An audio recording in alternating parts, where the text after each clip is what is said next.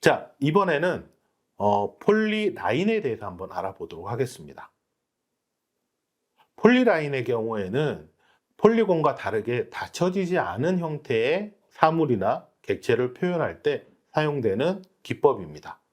폴리라인을 살펴보시면 닫혀지지 않기 때문에 어디서 어디까지의 영역이라든지 표식을 위해서 두께가 없기 때문에 어느 경계를 나타낼 때 용이하게 사용이 될 수가 있습니다. 자, 그러면 그 내용을 보도록 하겠습니다. 폴리라인 가이드라인을 설명드리도록 하겠습니다. 이번에 하게 되는 내용은 주행선을 내는 폴리라인을 작성을 하는 내용입니다. 폴리곤에서 했던 것처럼 각각의 그 카테고리에, 그 클래스에 대해서 정의를 하고 그 정의되어 있는 속성값을 입력을 해서 사용을 하는데 가이드라인의 좀 명확성을 위해서 속성값은 뺐습니다. 여기서는 세 가지의 클래스를 가지고 작성을 해 보도록 하겠습니다. 작성 가이드라인에서 주행 차선에 대한 내용을 폴리라인으로 작성을 할 텐데요. 각각의 클래스로는 주행 차선, 그 다음에 정지 차선, 그 다음에 횡단보도, 이 세 가지의 클래스로 구분을 하겠습니다. 차선, 정지 차선 같은 경우에는 폴리라인으로 구분을 할 수 있겠고요. 그 다음에 횡단보도 같은 경우에는 폴리곤으로 구분을 하도록 하겠습니다. 근데 여러분들이 먼저 아셔야 될 게 이 정지선과 주행차선에 대해서 이해를 하셔야 그 값을 알 수가 있겠죠. 여기서 제가 간단하게 설명을 드리면 주행차선 같은 경우, 즉 화면에 보시면 내가 자동차가 가고자 하는 방향으로 뭔가가 이게 표시되어 있는 내용들이 보여질 겁니다. 그래서 주행하고 있는 차가 방향을 나타내는 차선을 주행차선으로 정의를 하도록 하겠습니다. 물론 이 차선에 보시면 점선도 있고 이렇게 보시면 직선의 모양, 끊어지지 않은 선의 모양들도 존재를 하게 되겠습니다. 이거는 크게 의미 없으니까 전체 직선으로 차선은 표시를 하게 되고요. 정지선 같은 경우에는 횡단보도나 교차로가 나타나게 되면 가로로 이렇게 그어져 있는 선이 있을 겁니다. 이걸 정지선이라고 합니다. 그래서 정지선이 나타나면 그 정지선도 역시 폴리라인으로 그 값을 표현하고자 합니다. 폴리라인은 그래서 화면에서 나타나는 걸 표시를 하고, 그 다음에 횡단보도 같은 경우에는 명확하게 구분이 되니까 횡단보도는 정확하게 폴리곤을 이용해서 각각 표시를 하도록 하겠습니다. 그래서 이 세 가지 카테고리에 대해서 표시를 하는데, 자, 여기서 팁 하나 알려드리도록 할게요. 폴리라인을 작성을 하시는데, 이제 저희가 영상을 기본적으로 사용을 할 겁니다. 뒤에서 한 번 더 설명하겠지만, 영상이기 때문에 트래킹 되는 데이터들을, 화면들을 보시게 될 거고요.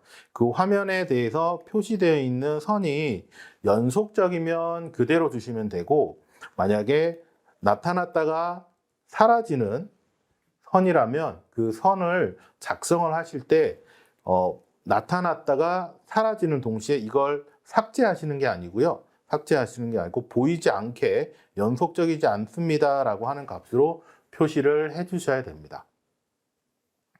자, 제가 이렇게 설명드리는데 화면에서 연습되는 뒤에서 설명되는 하나하나 보시면서 그 내용을 보시면 좋을 것 같고요. 혹시 제가 설명이 좀 부족하다 싶으시면 실습 내용에서 그 내용을 천천히 영상을 통해서 보실 수 있을 겁니다. 자, 그러면 뒤에 차근차근 가이드라인에 따라서 어떻게 작성을 하는 건지 그 메뉴의 기능들을 한번 살펴보면서 넘어가도록 하겠습니다. 화면에 보시면 폴리라인이라고 하는 형태의 메뉴를 볼 수가 있을 텐데요. 뭐 직선의 모양처럼 약간 곡선의 모양처럼 생겨 있는 걸 볼 수가 있습니다. 이번에 폴리라인 같은 경우에는 뒤에서 설명을 다시 한번 드리겠지만 자동차 도로에 주행선을 표시하려고 합니다. 화면 자체가 이제 선이기 때문에 폴리라인을 통해서 사용을 하는 거고요. 그 작성 내용은 앞에서 봤던 폴리곤이나 바문박스처럼 간단하게 설명될 수 있습니다. 먼저 객체를 라벨 기법을 선택을 하시고요. 레이블, 즉 클래스를 선택을 하신 후에 대상에 따라서 시작점과 끝점을 순차적으로 표시를 하시면 됩니다. 완료가 되면 닫힘 혹은 단축키 N을 눌러서 완료를 해주시고, 속성이 있다라고 하면 라벨의 속성을 수정해 주시면 되겠습니다. 자, 그럼 한번 보도록 하겠습니다. 이번 같은 경우에는 차선을 구분하는 내용입니다. 폴리라인의 차선을 라벨로 선택을 하고 쉐입을 선택을 하면 하나의 그림처럼 작성하실 수가 있습니다. 화면에 나와 있는 차선의 모양을 눈에 보이는, 즉 화면에 나와 있는 시작점과 끝점을 표시를 해서 점을 찍어 주시면 되겠습니다. 만약에 그 선이 직선이 아니라 약간의 곡선이라고 하면 중간에 한 번, 두 번, 세 번 이런 식으로 순차적으로 점을 표시를 해주시면 화면에 있는 것처럼 선의 모양으로 표현이 되겠습니다. 탐지하고자 하는 내용이 전체 화면에 있다라고 하면 빠짐없이 다 작성을 해주셔야 됩니다. 그래서 지금 왼쪽 화면에 보시면 차선의 모양이 하나, 둘, 셋, 넷, 네 개가 있다라고 하면 화면에 하나, 둘, 셋, 네 개의 폴리라인을 작성을 해주셔야 됩니다. 작성된 내용에 맞춰서 각각의 속성 값들을 정의할 수가 있습니다. 화면에 보시면 지금 라벨이 여러 개 포함되어 있는 걸 볼 수가 있을 거예요. 그래서 라벨을 보면 중앙 차선, 그 다음에 주행 차선 뭐 이런 식으로 구분을 했는데 이 모양에 맞춰서 각각 라인을 그려주시면 되겠습니다. 되게 쉽죠, 화면에서. 폴리라인 같은 경우에는 역시 비전이기 때문에 화면에 보여지는 형태, 즉 사람이 인지를 했을 때 보여지는 형태의 값으로 표현을 해주시면 되고요. 직선 같은 경우 이제 소실점이라고 하는 것이 생기니까 그 소실점에 맞춰서 작업을 종료를 해주시면 되겠습니다. 그 화면이 표시가 되죠. 제가 빨리 넘어갔는데 화면에 보시면 그 차선의 종류들이 이제 여러 가지가 있을 거예요. 그래서 지금 주행 차선, 중앙 차선, 뭐 하다 보면 중간에 이제 교차로에 만나게 되면 정지 차선 이런 것들도 만날 수가 있게 되고요. 그 차선의 모양에 맞춰서 표시를 해주시면 되겠습니다. 그래서 지금은 보시면 이제 제가 점선으로 표시되어 있는 것도 있는데 어떤 프로젝트에 따라서는 주행 차선, 차선 이 내용들을 점선 말고 그냥 직선으로 표시해 주세요라고 하는 경우들도 있습니다. 왜냐하면 이 자동차 같은 경우 이제 자율주행과 관련된 내용들을 할 때 그 경계를 표시할 때 만약에 이게 점선이면 중간에 빈 공간을 잘못 인식할 수도 있거든요. 주행 차로가 아닌 걸로 인식할 수도 있기 때문에 이건 뭐 그때그때마다 좀 다르지만 점선을 직선으로 해주세요라는 경우도 있고요. 점선은 점선으로 표현해 주세요라고 할 때도 있습니다. 자, 이렇게 해서 그 라인에 대한 작성은 앞에서 본 폴리곤 그리고 박스처럼 간단하게 직선을 통해서 작업을 하시면 크게 무리가 없을 거라고 생각이 됩니다. 역시 마찬가지 폴리라인도 이 영상에서의 작성 방법이 까다롭습니다. 차선에 대한 내용을 영상을 통해서 하게 되면 프레임마다, 즉 화면이 바뀔 때마다 차선의 위치가 변경이 되니까 그걸 계속 추적해 나가면서 표현을 해 주셔야 됩니다. 먼저 폴리라인의 기능을 마우스를 올려놓고 라벨을 선택하신 후에 이 기능을 트랙, 즉 프레임이 넘어갈수록 그 라벨에 표시되어 있는 라인을 그대로 두고 작성을 하겠다라고 하는 트랙을 활성화시키시고요.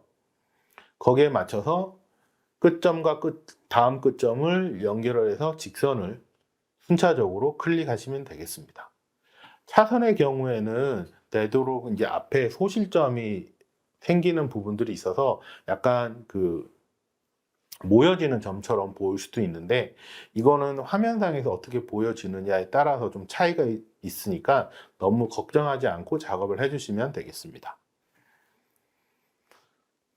중간에 있는 내용들은 거의 비슷합니다. 시작해서 끝점을 표시하고 N키를 눌러서 완료를 하고 라벨에 속성을 붙이고 하는 내용은 똑같이 동일합니다. 앞에 있는 내용. 영상도 마찬가지. 프레임이라고 하는 단위가 있기 때문에 다음 프레임으로 넘어가서 그 다음을 생성을 해주시는 거죠. 자, 이때 문제 생기는 게 다음 프레임으로 넘겼을 때 앞에 남아있는 라인이 있습니다. 폴리라인이 있죠. 그럼 이건 어떻게 해야 되느냐? 그렇죠. 새로운 위치로 이동을 해주셔야 됩니다. 자, 앞에 있는 폴리곤도 마찬가지, 박스도 마찬가지. 내가 탐지하고자 하는, 내가 표현하고자 하는 객체가, 내가 표현하고자 하는 사실에 대한 객체가 다음 그림에서 어디 위치에 있는지를 표시해 주는 게 이 라벨의 기본적인 역할이기 때문에, 그 다음 프레임이 됐는데 그게 이동을 했다라고 하면 점을 이동을 해서 해주시면 되고요. 지금 보시는 것처럼 앞에 정지선, 즉 세로가 아니라 가로로 되어 있는 선이 나타났는데 이건 분명히 다음 프레임에서 사라지게 될 거거든요. 그럼 어떻게 해야 되느냐? 네, 맞습니다. 사라지는 내용들은 지워주셔야 돼요. 그리고 새로운 프레임, 새로운 라벨에 라인을 추가해 주셔야 됩니다. 자, 이렇게 해서 계속 화면에서 나오는 내용들을, 화면에서 나오는 라인들, 즉 폴리라인에 해당되는 차선의 경계값들을 지속적으로 생성해주고 이동해주고 삭제해주고 이동해주고 삭제해주고 이동해주고 삭제해주고 하는 작업들을 반복적으로 하는 게 폴리라인에서의 가장 기본적인 역할이 되겠습니다. 자, 그래서 실제 작업을 하게 되면 화면에 보시는 것처럼 다양한 라인들이 존재를 하는 것들이 알 수가 있을 거고요. 이 라인을 이제 트랙을 통해서 한번 표현했던 내용이 계속 연속적으로 표현될 수 있도록 작업을 해 주셔야 됩니다. 자, 지금 작업을 하실 때 라인이 하나씩 생길 때마다 오른쪽 화면에 레이블이 하나씩 생기는 거 보이시죠? 네, 그 오브젝트, 즉 우리가 내가 탐지하고자 하는 객체가 계속해서 나타나는 걸 볼 수가 있을 겁니다. 주행선 같은 경우에는 화면에서 지금 보시는 것처럼, 보고 계신 것처럼 중앙차로 같은 경우에는 쭉 이어지기 때문에 한 번 나타나는 게 계속 연속적으로 나타나기도 하지만 시간이 지나면서 프레임이 넘어가면서 나타났다가 사라지는 그런 라인들이 생길 겁니다.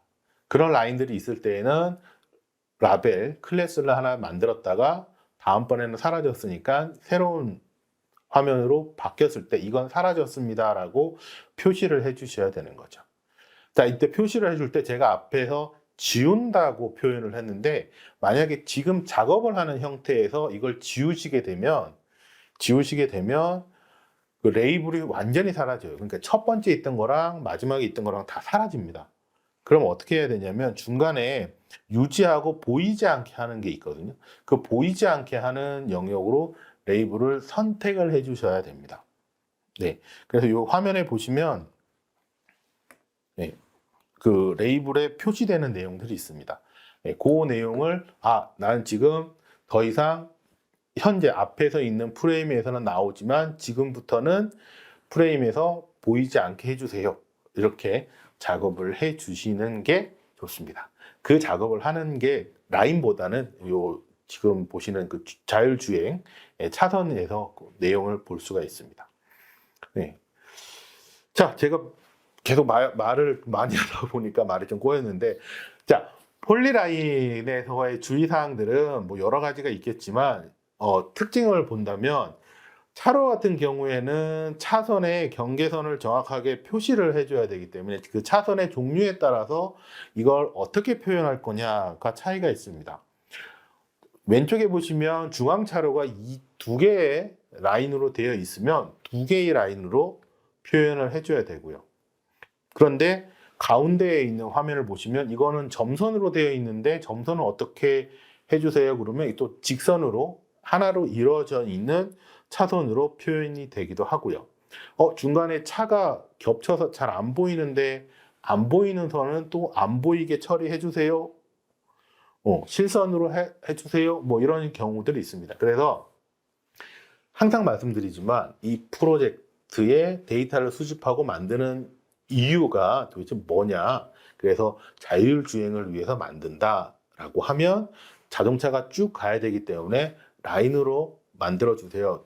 점선으로 하지 말아 주세요와 같은 주의사항들을 명확하게 보시고 작업을 하시는 걸 추천드리도록 하겠습니다.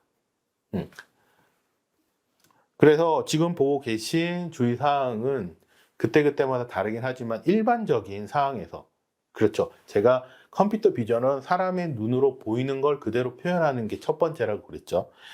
그래서 그 기준에 맞춰서 작업을 하시되 혹시 중간에 문제가 생기거나 새로운 이슈가 생기면 우리 프로젝트를 위한 관리를 위한 사람들에게 연락을 해서 하는 게 중요하다고 그랬죠. 그래서 소통이 가장 중요하고 질문하고 그 다음에 이슈를 보고하는 것들을 항상 까먹지 않고 데이터 라벨러들이 그걸 지원을 해주셔야 가능한 내용입니다.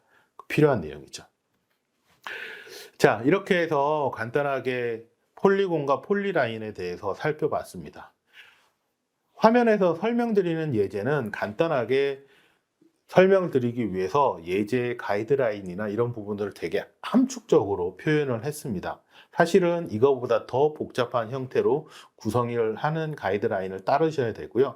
그래서 지금은 간단하게 요 폴리곤과 폴리라인 위에서 배웠던 비박스가 어떻게 적용하고 어떻게 사용하는 건지에 대한 기능적인 면을 간단하게 소개를 드렸습니다.